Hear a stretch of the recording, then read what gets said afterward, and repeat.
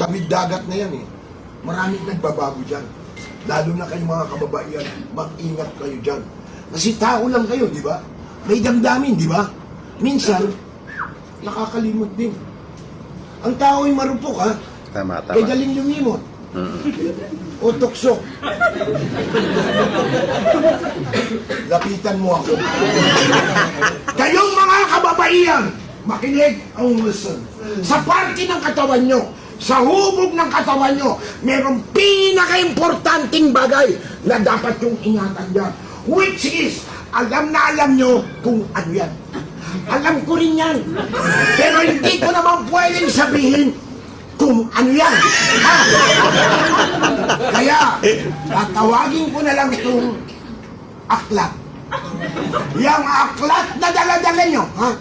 Pagdating nyo sa ibang bansa, wag na wag, bubuksan! Ha? Ate, papirmahan, ha? Mga lalaki, wag pirma ng pirma!